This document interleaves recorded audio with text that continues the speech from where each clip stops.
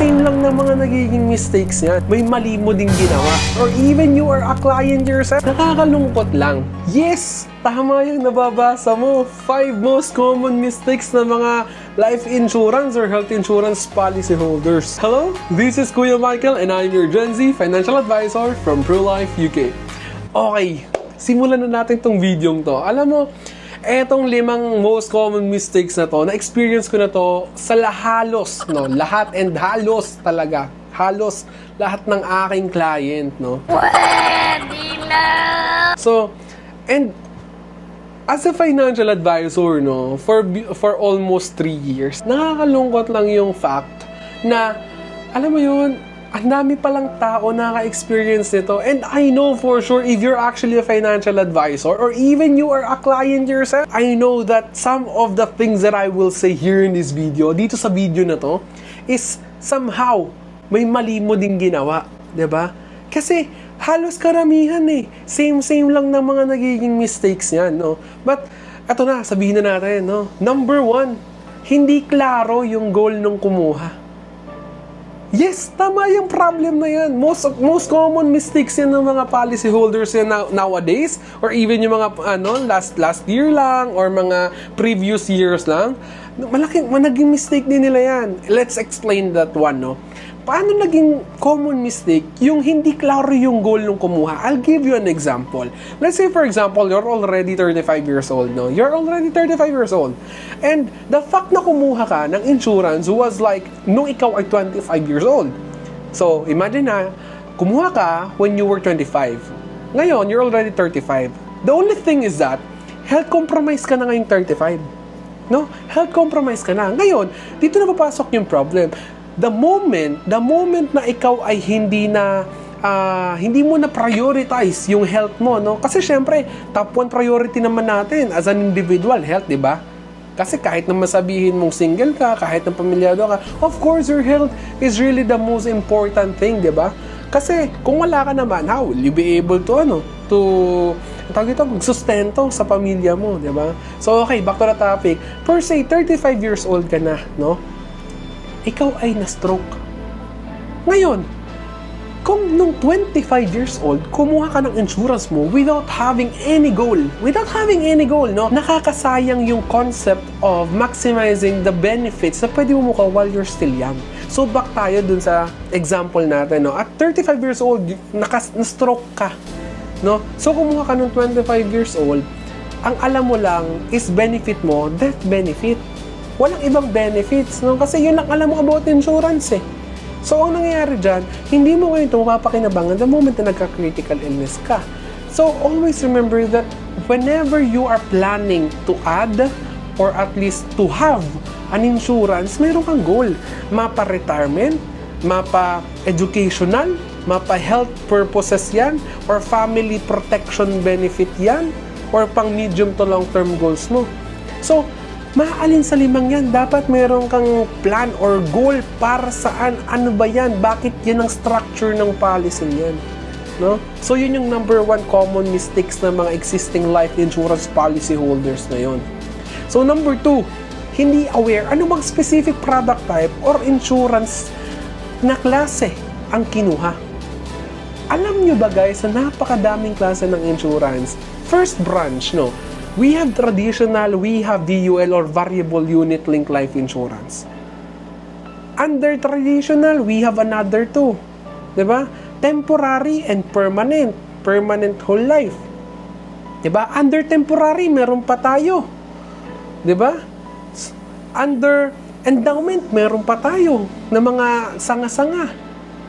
'Di ba? Under VUL, may 2 klase pa, limited pay or regular pay. So, napakadaming klase niyan. Hindi porket sinabing life insurance is, yun na, protected ka na. Yun na parang one size fits all. It's not like that, everyone. I just want you to always remember that the moment you heard about the word life insurance, it is actually very versatile kasi, no? It is very multi-purpose na financial tool in the financial market. So, hindi siya pwedeng one fits all, no? So, napakadami niyang purpose na pwede mong yung sabi nga natin, yung mga goal mo, dapat kung ano yung goal mo, yun din yung pinaka-structure ng policy kukunin mo. Diba? And many factors yung nakaka-affect dyan, knowing or assessing what specific product type or type of insurance yung dapat na kunin mo. No? And ito yung 5 major factors. Ano ba yung dapat mong tinitingnan dyan whenever you're being assessed or every time you try to assess yourself kapag kukuha ka or magkukonsider ka ng life insurance. First is age. Pangalawa is yung health. Patatlo is your goal and purpose. Pang-apat is your job. Pang-lima is your budget. Because with those 5 major factors that could really affect what kind of specific product type or insurance type yung kukunin mo. So, ganun yun. Ikaw mismo, kung meron kang policy ngayon, the moment nung kinuha mo yon, tanungin mo na sarili mo. What was your goal the moment you signed that policy, no? Nung nag-apply ka ng insurance? Second thing is that, assess yourself kung doon ba sa, nung time na kinuha mo yon or time na kukuha ka ngayon is, nalaman na ba, ano ba tong 5 major factors mo na pwede maka-affect sa'yo kung eto bang benefit na to, ano, etong plan na to is enough and suitable for you. So, doon pa lang tayo sa dalawa, di ba? Pero napaka-heavy na ng ating video. Napaka-heavy na ng ating consideration the moment we have the interest, no, in considering on or applying, no, considering on choosing insurance or considering na kumuha na talaga, 'di ba? Kasi napakalaking factor niyan. So you always have to consider that 5 major factors. Ulitin natin siya: age, job, goal and purpose, health, and your budget. Those 5 would actually help you assess no, kung ano ba yung specific product type or insurance type yung kukunin mo or i-offer sa'yo ng agent mo. So, number 3, first 2 policy protection rule.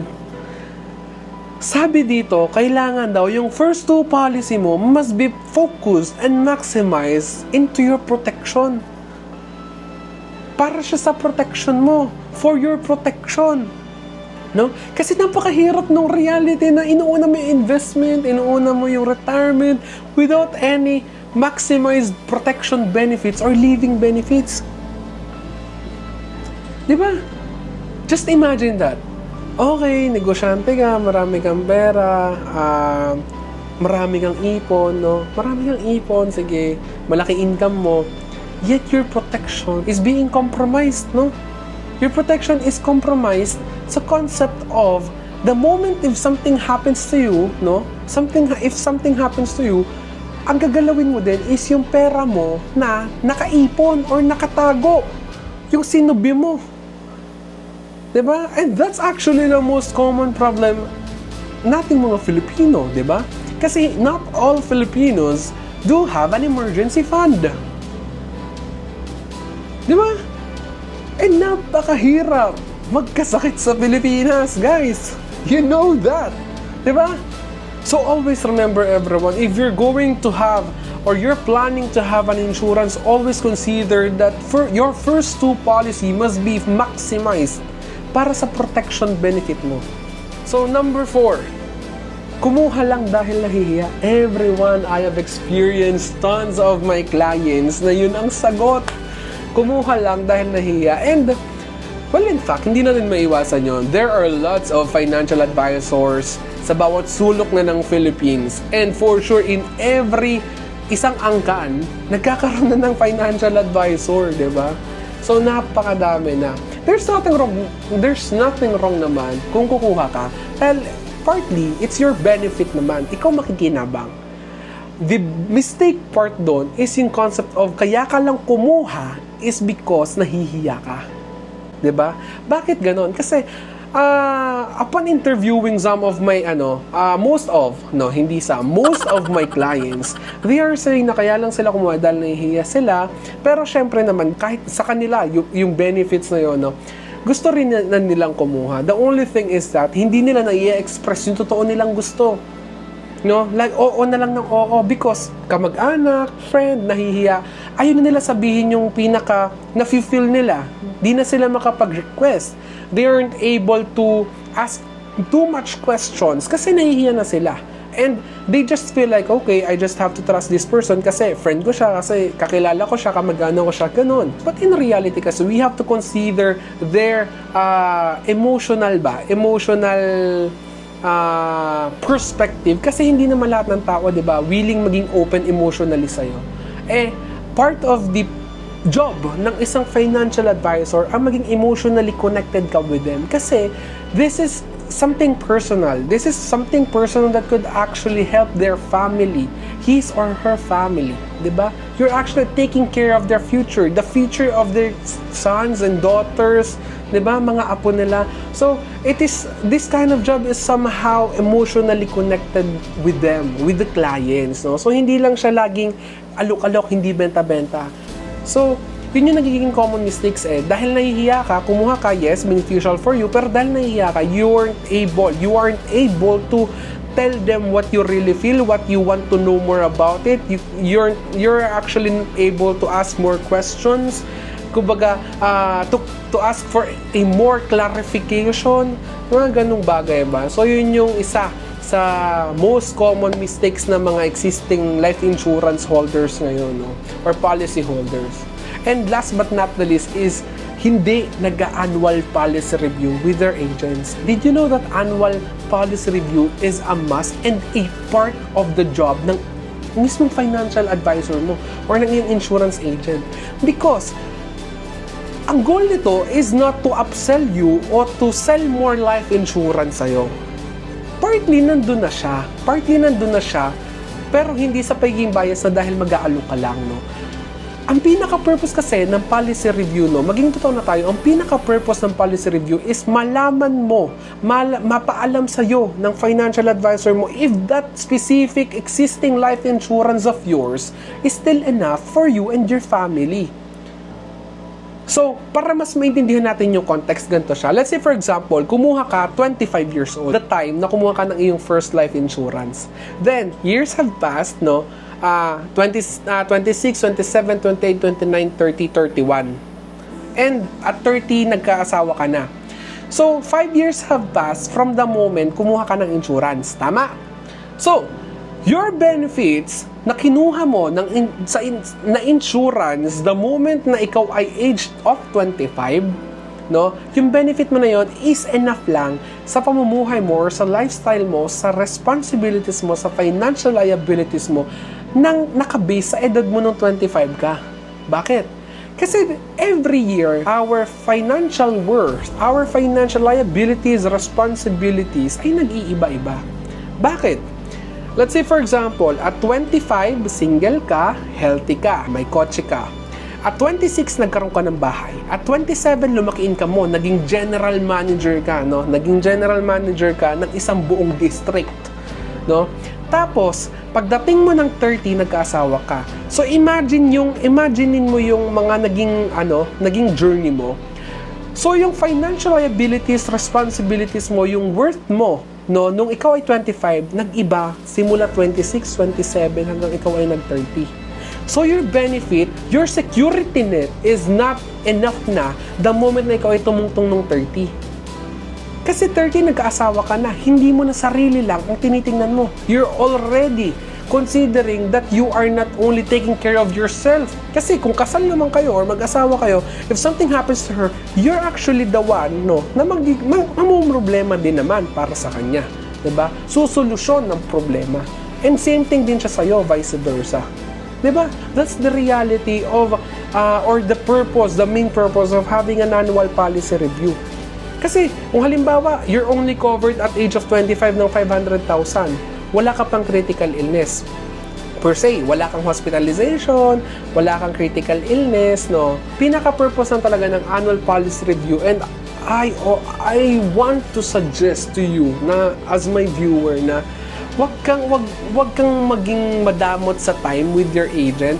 Just give them at least 1 hour and a half or 2 hours for kung kailan ka comfortable at your most convenient time, and i-conduct niyo yung policy review. Kasi ikaw din naman yung mahihirapan time comes, di ba?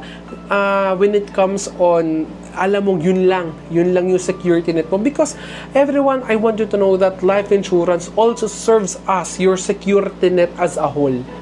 Hindi lang siya masabing for that benefit, for critical illness, for hospitalization, for accident. Hindi lang siya ganon, guys. Hindi lang siya pang retirement, educational, or medium to long-term goals. Hindi siya pang ganon lang. As I've said, life insurance is one of the most versatile financial product in the financial market. So, get a hold of it and alam mo yun, venture niyo yung lahat ng kanyang purpose, ng kanyang structures na pwede mo pakinabangan sa lahat ng pagkakataon. You can actually even use it to leverage, no, in terms of business. Maraming pwede mong paggamitan ng life insurance. So yun lang naman, guys. If you guys feel na meron pang ibang tingin yung common mistakes ng mga existing life insurance holders ngayon, you can just comment down below. And, sana mag-subscribe din ngayon, diba? So that we can make many more videos, no, na gaya ng ganito. Uupuan natin yan at pagkukwentuhan natin yan. So, yun lang naman, everyone. Again, this is Kuya Michael, and I'm your Gen Z Financial Advisor from Blue Life UK.